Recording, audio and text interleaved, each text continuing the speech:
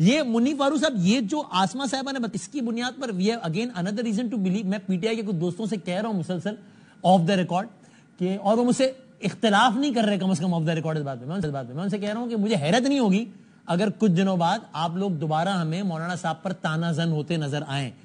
تو یہ تو اگر آئینی عدالت والا معاملہ تو لگتا ہے کہ مولانا صاحب تو شاید کر دیں گے, اس میں یہ ہو جائے گا معاملہ. بلکہ آسما اس طرح بتا رہی ہے کہ ملٹری کورٹ کو بھی اگر وہ آؤٹ لائٹ ریجیکٹ نہیں کر رہے تو یہ تو خبر نہیں ہے منیف صاحب. جی ہاں, میرے خیال میں اس کی اہمیت بہت زیادہ ہے اور مجھے لگتا ہے شاید مولانا صاحب کو اتنے دنوں کے اندر کچھ پیغامات بھجوائے گئے یا مولانا صاحب کو کنونس کرنے کی کوشش کی گئی ہے. اب جو لگ رہا ہے وہ تو پھر یہی ہے کہ مائنیوٹ چیزوں کے اوپر تھوڑا سا ڈفرنس ہے جو شاید خود ہی ٹھیک ہو جائے گا یا with the passage of time ان کو فائن ٹیون کر لیا جائے گا. ویسے بھی جب اس طرح کا کوئی مسودہ آ رہا ہو تو چند چھوٹی چھوٹی چیزوں کے اوپر بات ہوتی ہے. کسی جگہ کوئی ایک لفظ ایڈ کرنا ہے, کسی جگہ سبسٹیچیوٹ کرنا ہے, کسی جگہ کوئی چیز اومٹ کرنی ہے, وہ کوئی اتنا بڑا کام نہیں ہوتا. لیکن اوور آل جو امپریشن مل رہا تھا اور وہ ایسے ہی تھا کہ وہ اکتوبر کے پہلے 10 دنوں کے اندر 12 دنوں کے اندر یہ کام پایا تکمیل تک پہنچا لیا جائے گا.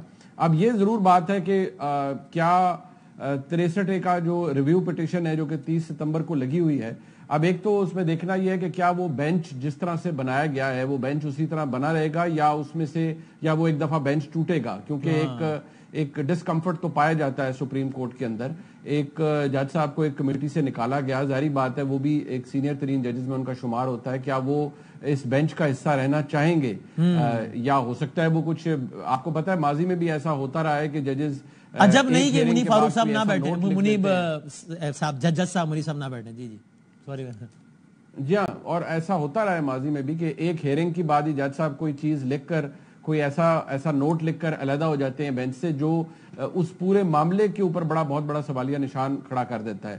لہٰذا یہ تو اس کی لائکلی ہوڈ ہے کہ یہ ہو جائے, ہو سکتا ہے نہ ہو, لیکن ریویو کے اندر نارملی تو یہ ہوتا ہے کہ سکوپ لمیٹڈ ہوتا ہے. لیکن انٹرسٹنگ بات یہ ہے کہ اس کے اندر جو جج صاحبان شامل ہیں ان میں سے غالباً 2 ایسے ہیں جن کا اس وقت بھی ڈسینٹنگ اوپینین آیا تھا. اور فرینکلی جو 63 کی ججمنٹ تھی وہ تو خیر سب کو ہی پتا ہے وہ جس طرح سے لکھی گئی, جس طرح سے کی گئی, اور اس میں تو کوئی اچنبے والی بات نہیں. پاکستان کی عدالتی تاریخ کے اندر بدترین فیصلوں میں سے ایک فیصلہ ہے وہ. ہاں, اس میں تو مجھے ویسے کوئی بھی نہیں ملا, یعنی کوئی بھی سمراد میں براڈلی بتایا تھا کوئی لیگل مائنڈ جس نے کہا کہ فیصلہ ٹھیک ہے. یہاں تک کہ کامران مرتضیٰ صاحب, یہاں تک کہ سلمان اکرم راجہ صاحب, انہوں نے کہا ایون میرے بھی اس میں تحفظات ہیں. یہ الگ بات ہے کہ انہوں نے کہا کہ ترمیم کے ذریعے آپ یہ نہ کریں بلکہ یہ کریں, لیکن انہوں نے یہ نہیں کہا کہ فیصلہ ہے ٹھیک ہے.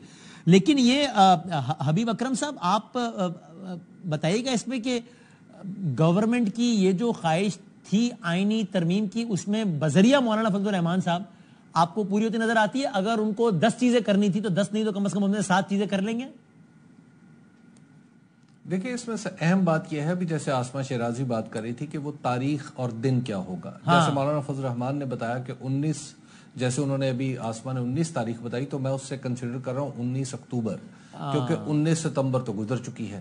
اور 19 اکتوبر سے آنورڈ 6 دن بعد جناب جسٹس قاضی فائز عیسیٰ اس ایکویشن سے نکل جائیں گے. اگر جسٹس قاضی فائز عیسیٰ کی ذات والاتبار اس ایکویشن سے نکل جاتی ہے, اس ترمیم کے اندر سے ان کی ذات کو نکال دیا جاتا ہے, تو پھر تو کہا جا سکتا ہے کہ پھر اس ترمیم پہ بات بھی ہو سکتی ہے. لیکن اگر اس ترمیم کو صرف اس لیے کیا جا رہا ہو کہ جناب چیف جسٹس جناب جسٹس قاضی فائز عیسیٰ صاحب کو ریٹین کرنا ہے کسی نہ کسی ہیلے بہانے سے, تاکہ وہ اس سسٹم کے محافظ جو سمجھے جاتے ہیں یا سسٹم کے اندر جو لوگ بیٹھے ہوئے ہیں وہ انہیں اپنا محافظ سمجھتے ہیں, تو وہ خود کو انہی کی حفاظت اور نگرانی میں دیں, تو اس طرح شاید ممکن نہ ہو سکے. تو اگر تو جسٹس قاضی فائز عیسیٰ کو اس ایکویشن سے نکال دیا جائے تو شاید بہت ساری باتیں ہو سکتی ہیں. فیر نا, یہ ذرا میں چاہتا ہوں ایک ذرا بات سن لیجئے گا. ہم سب جانتے ہیں عمران خان صاحب نے 10 ستمبر کو یہ کہا کہ جناب اب میں اسٹیبلشمنٹ سے بات چیت کے تمام تر راستے بند کر رہا ہوں, اس میں کوئی ابہام نہیں ہے, خود گنڈا پورجانی یہ پی ٹی آئی کی اسٹیٹڈ پوزیشن تھی. کل سیکرٹری اطلاعات رؤف حسن صاحب ہمارے پروگرام میں بولے اور بہت ہی واضح الفاظ میں بولے, اور یہ کہا انہوں نے کہ ہماری پالیسی ہے. یہ انہوں نے کیا کہا, ذرا اس کا ایک حصہ سنیے پھر ذرا مجھے بتائے گا کہ کیا اس پہ آپ لوگ کیا رائے رکھتے ہیں. ذرا سنائیے گا رؤف حسن صاحب نے کیا کہا. پی ٹی آئی کی پالیسی ہے یہ کہ ہم اسٹیبلشمنٹ کے ساتھ انگیج کرنا چاہتے ہیں, ہم آج بھی ان کے ساتھ انگیج کرنا چاہتے ہیں, بلکہ میں ایک قدم اور آگے بڑھ کے پی ٹی آئی اور اسٹیبلشمنٹ کے درمیان ایک ڈائیلاگ جو ہے وہ اس ریاست کی کہ یہ ناگزیر ہو چکا ہوا ہے اور ہمیں اس میں دیر نہیں کرنی چاہیے. یہ انیویٹیبل ہے, یہ ہونا ہی ہے. آج نہیں تو کل ہوگا, کل نہیں تو پرسوں ہوگا. اس کے لیے ہم تیار ہیں اور پہلے سے تیار تھے, آج بھی تیار ہیں. ان کے ساتھ ہم ہر صورت میں انگیج کرنا چاہتے ہیں. اس جملے کو اگر میں یوں مکمل کروں تو ٹھیک ہوگا کہ پی ٹی آئی کی پالیسی ہے کہ ہم اسٹیبلشمنٹ سے انگیج ہونا چاہتے ہیں, بات کرنا چاہتے ہیں, اور آج کی تاریخ میں کم از کم ان کی پالیسی. ٹھیک ہے, بس ہم نے آگے بھی اور بات کی, یعنی وہ بارہا یہ کہتے رہے منی فاروق صاحب کہ نہیں ہم بات کرنا چاہتے ہیں, ہم بہت پر امید ہے کہ وہ ہم انگیج کریں گے, اور ہم کل بھی تیار تھے, ہم آج بھی تیار ہیں. یعنی کہ انہوں نے بالکل ہی بڑا پیشنیٹلی اس بات کو ڈیفینڈ کیا کہ ہمیں بات کرنی ہے. خان صاحب کا بیان یہ ہے کہ بات نہیں کرنی. ابھی آپ اسے کیا انٹرپریٹ کرتے ہیں کہ P T I as a party یہ فیصلہ کر چکی ہے کہ بات نہیں کرنی اسٹیبلشمنٹ سے, یا خواہش رکھتی ہے منیب صاحب؟ دیکھیے بات یہ ہے کہ خواہش تو ہر سیاسی جماعت کی ہوتی ہے بادامی صاحب. یہ تو ایک بڑی عجیب سی بات ہے اگر کوئی کہے جی ہماری خواہش نہیں ہے, کیونکہ ہر کوئی چاہتا ہے, ظاہری بات ہے کہ آپ اپنے معاملات درست کریں, اور جس مشکل میں تحریک انصاف یا تحریک انصاف کی قیادت ہے تو وہ تو چاہیں گے گفتگو ہو, بات ہو, کسی طرح سے کوئی رستہ کھلے یا نکل آئے. لیکن مسئلہ یہ ہے کہ اس کے اوپر کوئی خاطر خواہ ڈیولپمنٹ ہو نہیں پائی. جو ایک رستہ چھوٹا موٹا تھا گنڈاپور صاحب کے ذریعے, وہ بدقسمتی سے وہ بھی بند ہو گیا, یا اس کے اندر بھی کافی وہ ریلیشن شپ ساور ہو گیا ہے. اور میں نہیں سمجھتا کہ اتنا آسان ہوگا چیزوں کو دوبارہ ری بلڈ کرنا, بلکہ کچھ ہمارے تحریک انصاف کے دوست یہ بھی کہتے ہیں آف دا ریکارڈ کہ جی وہ گنڈاپور صاحب نے تحریک انصاف کو 6 مہینے پیچھے پھینک دیا ہے. اب وہ ظاہری بات ہے, گنڈاپور صاحب بھی ایک پارٹی پریشر ہوتا ہے, اور میرے خیال میں شاید کچھ لوگوں کا خیال ہے کہ وہ ایک خاص ذہنی کیفیت کے اندر تھے جب انہوں نے اسلام آباد کے جلسے میں تقریر کی. تو بہرحال اس سے کافی نقصان بھی ہوا تحریک انصاف کو. میرے خیال میں گنڈاپور صاحب کو خود بھی کوئی ایک بڑا مشکل وقت دیکھنا پڑا.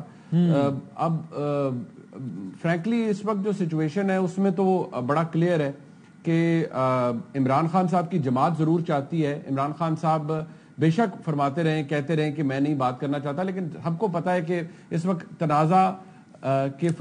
تنازع یا لڑائی کے فریق 2 ہیں. ایک عمران خان صاحب ہیں یا ان کی جماعت ہے, یا عمران خان صاحب ہیں, دوسری طرف پاکستان کی اسٹیبلشمنٹ ہے. باقی تو کوئی بینیفیشری ہوتا ہے کسی لڑائی کا. جیسے دیکھیں نا, بینیفیشری ہمیشہ 2 لوگوں کی لڑائی کا, یا ایک سیاسی جماعت یا اسٹیبلشمنٹ کی لڑائی یا تلخی کا ایک اور سیاسی جماعت بینیفیشری ہوتی ہے. صحیح ہے. آج وہ بینیفیشری خالصتاً پی ایم ایل این ہے, وہ نظر بھی سب کو آتا ہے. لیکن میں سمجھتا ہوں کہ تحریک انصاف کو بہت زیادہ ضرورت ہے اس وقت اس مسئلے سے نکلنے کے لیے.